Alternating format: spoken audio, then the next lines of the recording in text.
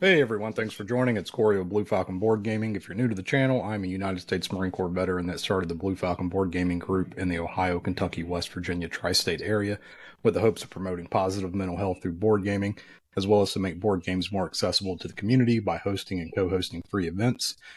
Today, I'm joined by Zach Valentine of Nacho Average Tabletop.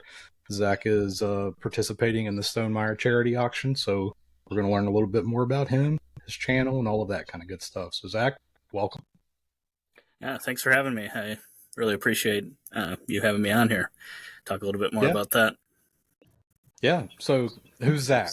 Who's Zach outside of board gaming? What's a typical day look like for you? What's your other interests or anything like that?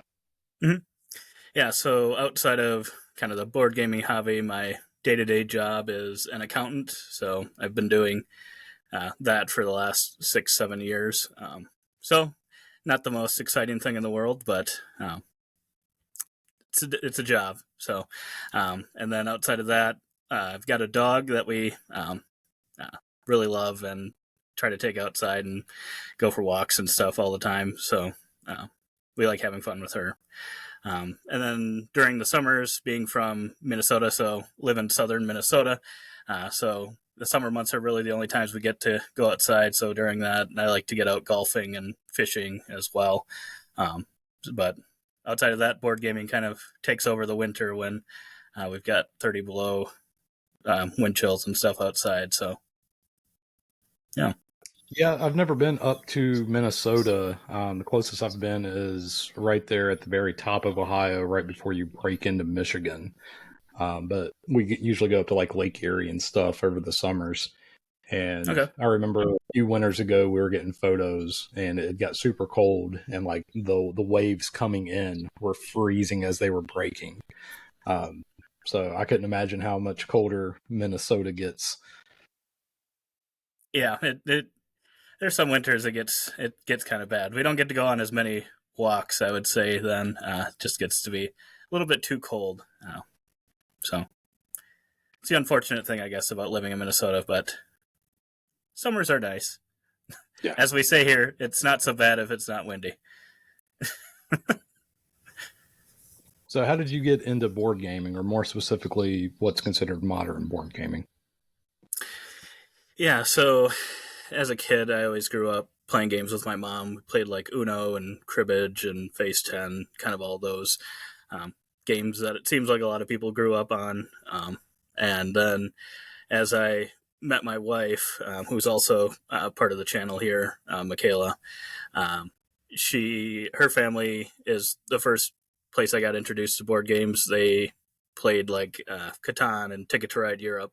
So those are really my first games that got me into it, and I'm guessing there's part of her that kind of wishes that had never happened because I've probably gone down the rabbit hole a little bit further than she maybe likes sometimes, but she has fun with them too, so I appreciate that. But yeah, so that's kind of how it got started, and then my brother, who's also on the channel. Um, Obviously, once I learned those games, I had to get them for myself, and then played them with my family. And then just over the years, so it's probably been, I think that would have been about 10 years ago, um, maybe even longer at this point. But then just have slowly been, you know, accumulating games to the point now where I think we're at the point where we probably have to start culling the collection a little bit. Um, but yeah, it's been a lot of fun times, and it's just something that I've really grown to love. So So what is it about board games that you think, draws you to it so much, or that you love so much about it? Is there anything in particular that sticks out to you?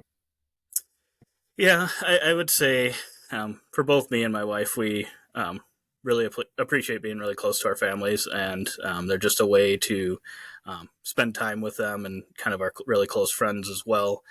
So that's probably one of the biggest pieces. And then probably me on a personal basis, I've always had a bit of a competitive nature. So I just like, kind of pushing myself in that way. And I just like the challenge that it presents. A lot of it seems like it's math problems and stuff, which is, being an accountant, you can probably tell that's something I tend to enjoy. So I usually like the medium to heavier weight Euro style games, typically the games that I gravitate towards. currently anyway.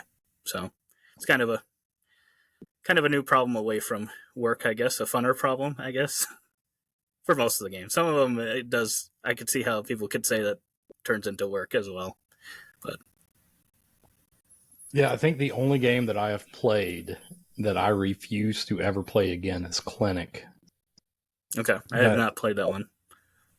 people love it, and I'm sure the people that love it, they have a blast with it. But it was just way too much work for me. It was, Oh, your bookkeeping way too much, oh, right. and that's assuming that we were playing it correctly and everything else.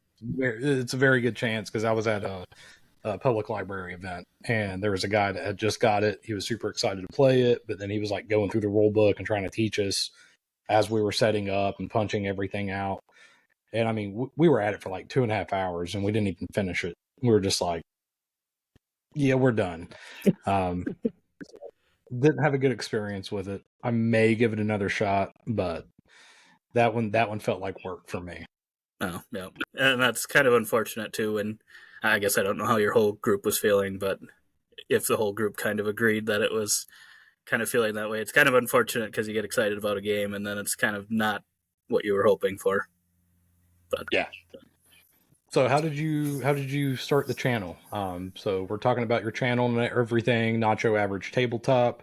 You were selected to be part of the Stonemaier Charity Auction this year. So how did the channel come about?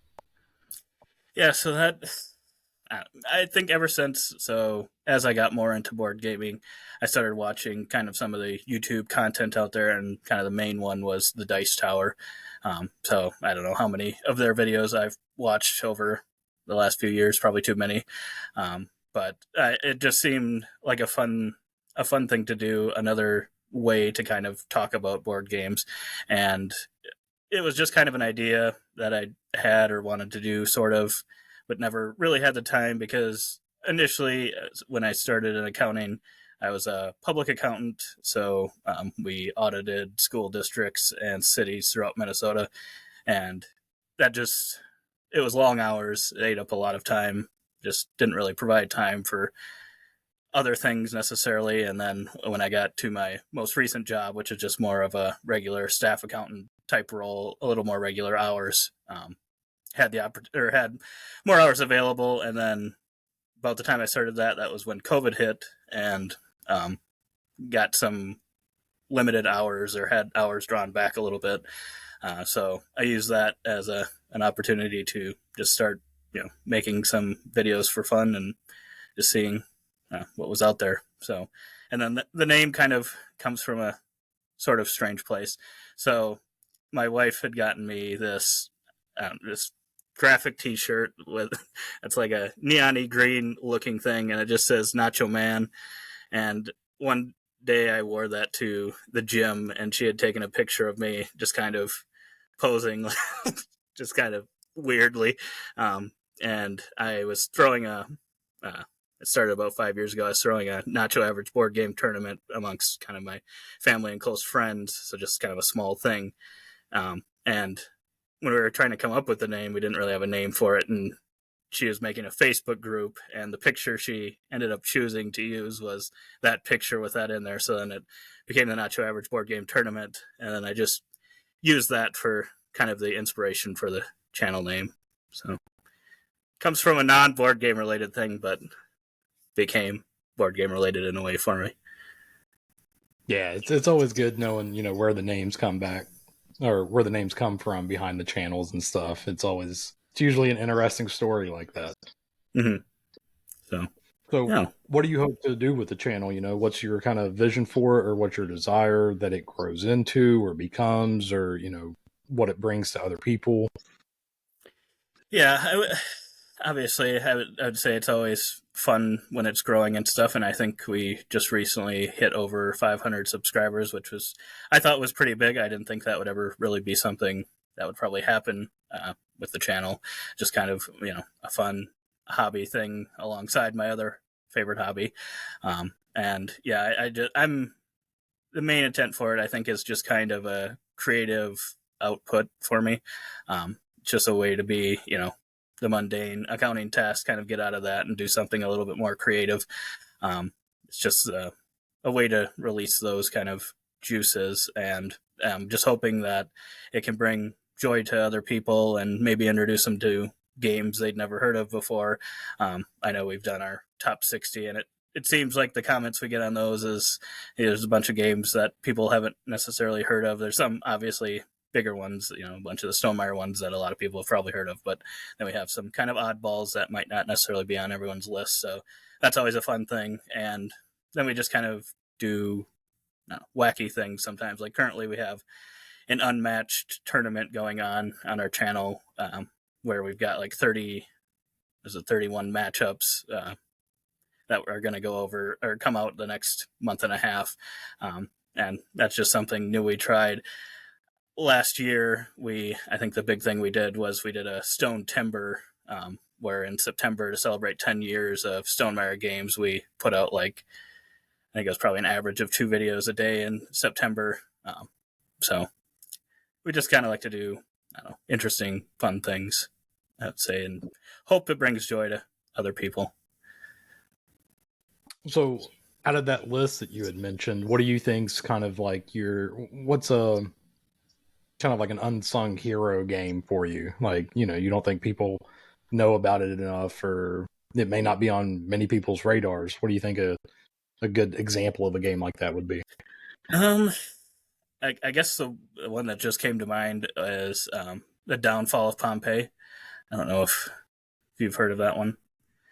So it's kind of a game that I would say feels like it could be one of those types of games you maybe would have played before modern board games, just because there's like 2 phases to it, where the first phase you're kind of adding, your people to the city of Pompeii, and then Mount Vesuvius erupts, and then the second phase you're kind of rushing the people, trying to get them outside the walls of Pompeii, and then whoever gets the most people out wins the game. So just kind of an interesting game that I don't know that I hear talked about all that often, but I think it's a pretty good one. It looks, if you look it up, it looks like an older game. I guess I don't actually know what year it was published or whatnot, but yeah, I would have to say this is kind of like my secret gem that I like to show people. So it is an ICP board game. Okay. It is put out by their record label, and it is a surprisingly solid game. I could see why it's not well known. I kind of bought it as a joke. I was like, whatever, it's like $40. I'll give it a shot. It is very good. It's a mechanically solid game, probably just as solid as Ascension for deck builders. Oh, nice. So, awesome. Yeah, I haven't heard of that one, so. Yeah. I mean, you can get it off like their record label page. Wow. It's insane. That's an interesting one, for sure. So how do you think that, or maybe how do you think that Jamie found your channel? He selects 10 content creators a year for the charity auction. He tries to pick smaller content creators that he wants more people to know about. So how do you think that he stumbled across your channel? Or were you interacting a lot with the Stonemaier page, or how did that, relationship come about? Yeah, I guess I'm not 100% sure, but I would say it's probably a combination of his weekly live chats. I usually go into those and can comment from time to time. That's probably the first kind of interactions I would say that I had with him. And then probably, like I said, the Stone Timber that we did last year might have been interviewed Jamie actually for that. So that might have been what caused it, but I can't say 100% for sure. And I will say that hopefully this goes a little better than that. About halfway through that, for some reason, all the electricity in my house went out for like 5 to 10 seconds, and it cut the internet and everything. So it just like stopped, and Jamie was just paused there like, Zach, what happened? So it was a little bit interesting, and it doesn't typically, our power almost never goes out. So I don't know. It was just kind of unfortunate that in a 30-minute time span, randomly, the power goes out, but maybe it was that's that. the worst feeling too. I had that happen. I think it was my second interview, maybe. I think you make 27, for me for my interview count. So I think Okay. it was my second interview though, but it was with Paul Solomon who did Honey Buzz, Oh, nice. and we're like 40 minutes into it, and all of a sudden all of my browsers just close out.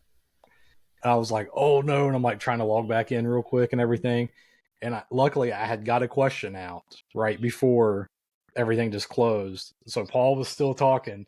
He was still answering the question. I was able to get logged back in and stuff. But if you watch that second interview, it's like we're both there, and then it's just Paul.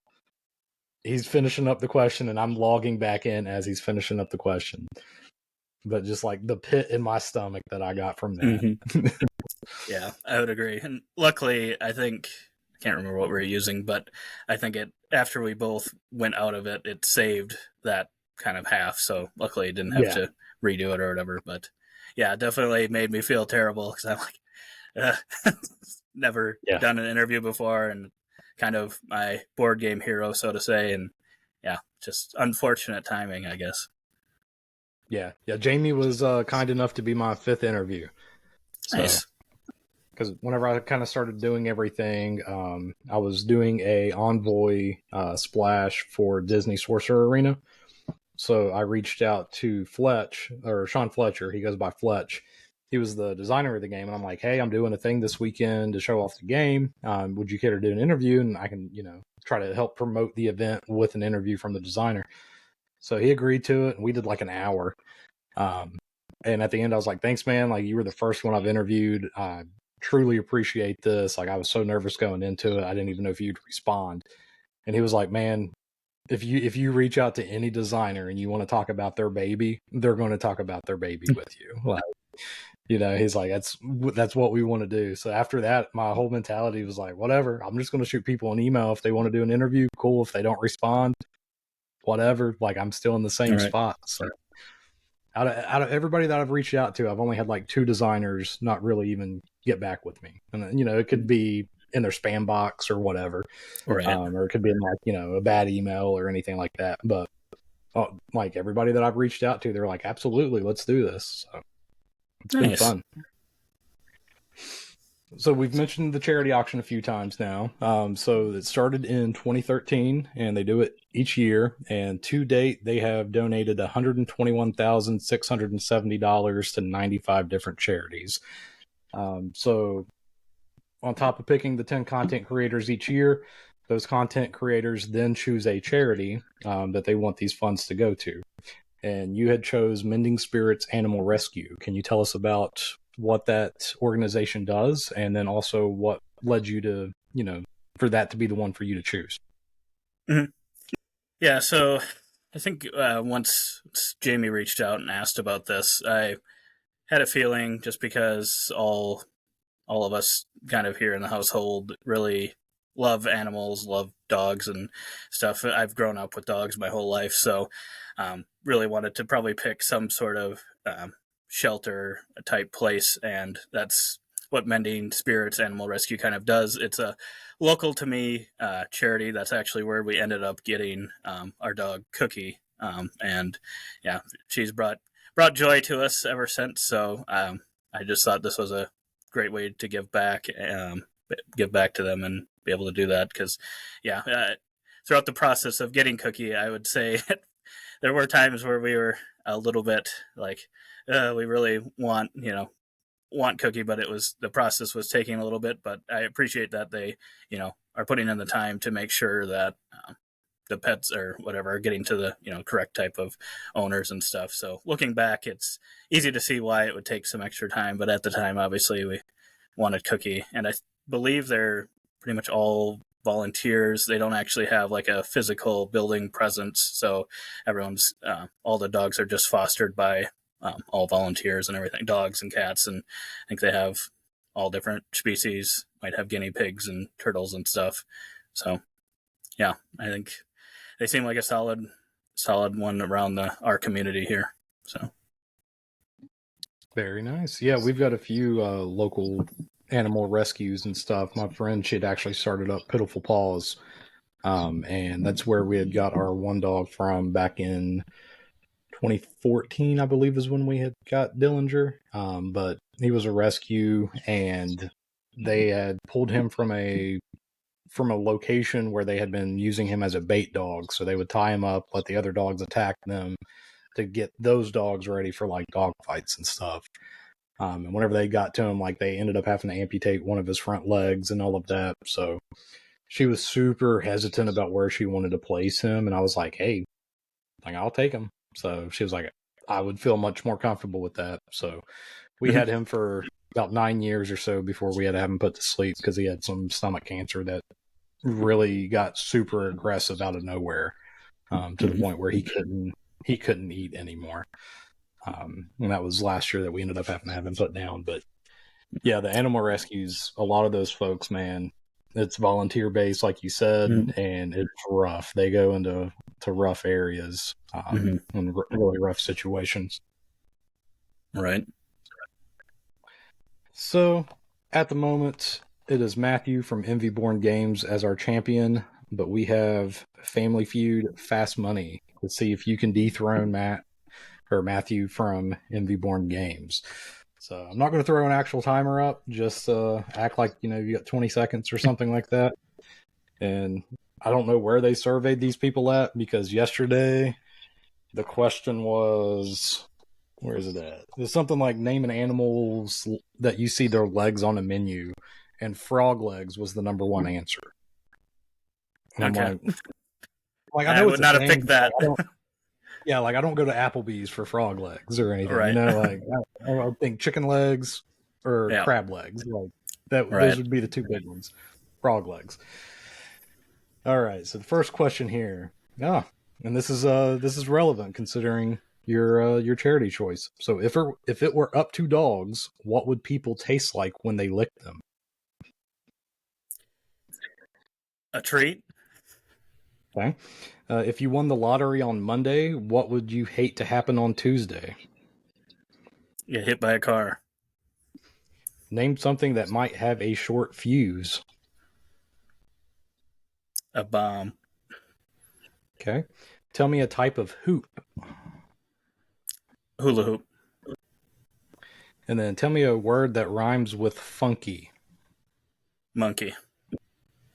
All right. I think you did pretty good there. So if it were up to dogs, what would people taste like when they lick them? You said a treat. That was number 4, and that is 4 points. Bacon or meat was number 1. I was thinking that after I said that. I was like, I probably should have went with meat. But Yeah. Dog butt was number 6. Oh, nice. That's kind of my favorite one there. If you won the lottery on Monday, what would you hate to happen on Tuesday? You said get hit by a car, so we'll consider that get sick or hurt. So that's 9 points. Number 1 was kick the bucket. So depending on how hard the car hits you, I guess. Right.